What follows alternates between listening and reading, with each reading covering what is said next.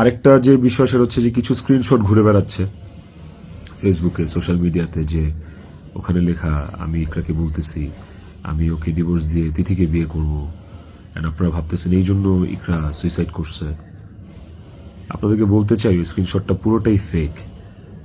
কারণ হচ্ছে আমি কোনোদিন ইকরার সাথে বাংলায় কনভারসেশন করি নাই, কোনো চ্যাটিংয়েই ওর সাথে আমার কোনোদিন কোনো বাংলায় এরকমভাবে বাংলা লেখায় ওর সাথে আমার কোনোদিন কোনো কনভারসেশন হয়নি। ইকরার সাথে আমি সবসময় বাংলা আর ইংলিশ মিক্স কনভারসেশন করছি। বাংলা আর ইংলিশ মিক্স বলতে বাংলিশ ভাষায় আর কি, বাংলাটাকে ইংলিশে লিখে ওর সাথে কনভারসেশন করছি। তো ওই স্ক্রিনশটটা দেখে আপনারা ভুল বুঝেন না, মিসজাজ করেন না, ওটা একটা ভুয়া এবং ফেক স্ক্রিনশট। আমাকে ফাঁসানোর জন্য আসলে ওই স্ক্রিনশটগুলো বানানো। কে বা কারা বানাইছে আই হ্যাভ নো আইডিয়া। তো টক্সিসিটি একটা বিষয়, আমাদের রিলেশনশিপটা অনেক আগে থেকেই টক্সিক ছিল, অনেক আগে থেকে টক্সিক ছিল। তিথির সাথে পরিচয় হওয়ার আগে থেকেও টক্সিক ছিল, অ্যান্ড ও অনেক আগে থেকে আমার কাছে ডিভোর্স চাইতো, কিন্তু আমি কোনোদিনই ওকে ডিভোর্স দিতে চাইনি, তালাক দিতে চাইনি। আমার একটাই কথা ছিল যে আমি সংসার করব, কারণ আমি নিজে একটা ব্রোকেন ফ্যামিলি থেকে বড় হওয়া ছেলে। আমি যখন ক্লাস 5-এ বা 6-এ পড়ি তখন আমার বাবা মার মধ্যে ডিভোর্স হয়, সেপারেশন হয়। আমি খুব ভালো করে ফিল করছি, আমি নিজে ফিল করছি যে একটা ব্রোকেন ফ্যামিলিতে একটা সন্তান কোন ধরনের ইনকনভেনিয়েন্স, কত ধরনের সমস্যা ফেস করে, তার মেন্টাল স্টেট কেমন হয়। আমি কোনোদিনই চাইনি রিজিক এই স্বাদটা পাক। আমি কোনোদিন চাইনি যে রিজিক ব্রোকেন ফ্যামিলির বাচ্চা হোক, বেবি হোক, বা ও আমি যে কষ্টটা ফিল করছি আমার লাইফে এই কষ্টটা, সেম কষ্টটা রিজিক ফিল করুক, এটা আমি কোনোদিনই চাইনি। এই কারণে আমি অলওয়েজ আমার মধ্যে ট্রমাটা ছিল যে মানে ব্রোকেন ফ্যামিলির কনসিকুয়েন্সেস কি। আমি কোনোদিন ওর কাছে বলি নাই যে আমি ওকে ডিভোর্স দেবো বা আমি ডিভোর্স দিতে চাই। আমি অলওয়েজ ওর সাথে সংসারই করতে চাইছি।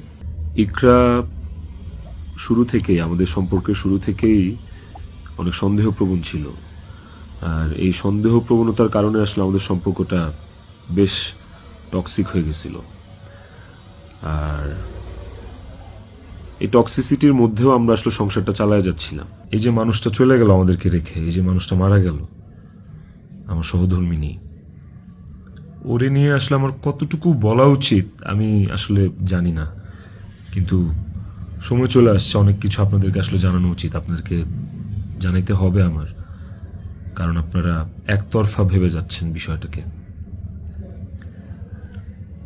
ওর কিছু বদভ্যাস ছিল, ওর জেনুইন কিছু বদভ্যাস ছিল যেগুলো আসলে ওকে আরও ক্রেজি করে ফেলছে, যেগুলো ওকে আরও মানে এমনি তো বাইরের মানুষ থেকে ট্রিগার্ড হইতো, ওই জিনিসগুলো ওকে আরও পেয়ে বসতো আর কি।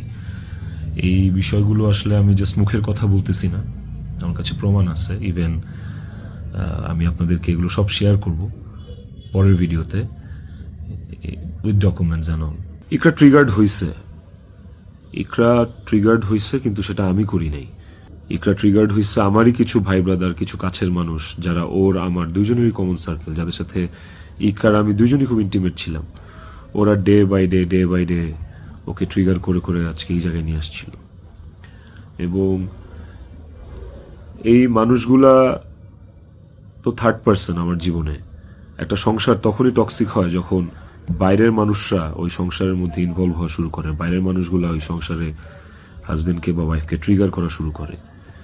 তো এই মানুষগুলা সম্পর্কে আমি পরে অন্য একটা ভিডিওতে হয়তো বলবো, বা এই মানুষগুলো সম্পর্কে ওরা যারা নিজেদেরকে কাকরাইল মসজিদের ইমাম সাহেব মনে করতেছে, মনে করে আমার সংসারে ইন্টারফেয়ার করছে, তাদেরকে নিয়ে পরে কথা বলবো উইথ প্রুফ। কিন্তু এখন আসলে আমি এইসব বিষয়ে বা অন্য কাউকে এক্সপোজ রিভিল করার মতো আসলেই মেন্টাল পরিস্থিতিতে নাই। আমি কতটুকু গুছায় কথা বলতে পারতেছি আমি সেটাও জানি না, কিন্তু আমি ইকরাকে সুইসাইড করতে ট্রিগার করি নাই, শি ওয়াজ ট্রিগার্ড। এবং এই বিষয়টা আপনারা, আমি যে স্ক্রিনশটগুলো প্রোভাইড করব ওই স্ক্রিনশটগুলো দেখলে আপনারা বুঝবেন, যেখানে একটিবারের জন্য আমি ওকে কোথাও বলি নাই যে আমি ওর সাথে থাকবো না। আর আমার পুরো কনভারসেশনে আমি কখনো ওকে গালিগালাজ করি নাই, আপনারা সেটা পাবেন না।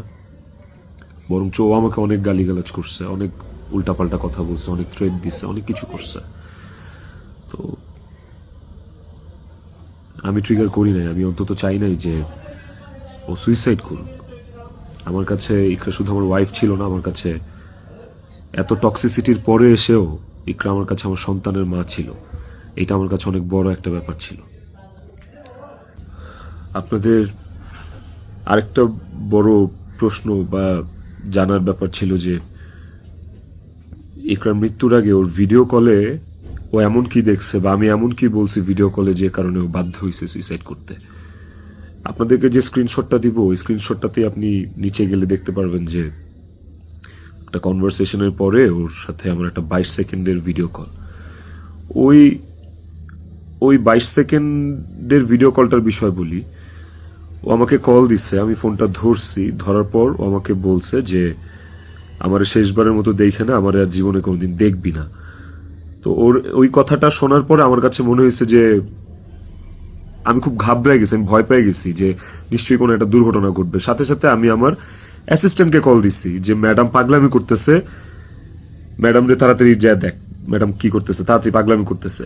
ওই অ্যাসিস্ট্যান্টের সাথে কথা বলার সময় আমার ফোনে ওই কথা বলা অবস্থাতে আরেকটা ভিডিও কল আসছে। অ্যাসিস্ট্যান্টকে আমি হোয়াটসঅ্যাপে কথা বলতেছিলাম, মেসেঞ্জারে আমার কলটা ভিডিও কলটা আবার আসছে ইকরার থেকে। তো অ্যাসিস্ট্যান্টের সাথে কথা বলতে বলতে ওই কলটা রিসিভ করতে পারি নাই। অ্যাসিস্ট্যান্ট ততক্ষণে ম্যাডামের ওখানে গেছে, আর আমার কলটা যেহেতু আমি ধরতে পারি নাই, তারপর আমি অ্যাসিস্ট্যান্টের সাথে কথা শেষে আমি নিজে কল ব্যাক করছি। তারপর আর ওই কল ওখান থেকে আর কখনো রিসিভ হয় নাই। তো আমার কথা হচ্ছে যে আমার কথা ভাবে নাই, মানলাম। আমার ছেলেটা রিজিক পর্যন্ত যে ওকে গেটে ধাক্কা দিচ্ছে, নক করছে, বলছে যে মা দরজা খুলো, মা দরজা খুলো। রিজিকের কণ্ঠস্বরটা কি ওর কানে যায় নাই? রিজিকের প্রতি কি ওর একটু মায়া কাজ করে নাই রিজিকের কথাটা শোনার পরে? তো এই ভিডিও কলের বিষয়টাও আপনাদেরকে আমি ক্লিয়ার করলাম। আই হোপ আপনারা স্ক্রিনশট দেখলে বুঝতে পারবেন। নায়াসিনামাইড ও স্যালিসাইলিক সমৃদ্ধ লিলি ফেস ওয়াশ যা ফেসের ডেড স্কিন সেল দূর করে দেয় দ্বিগুণ ফাস্টার ব্রাইটেনিং।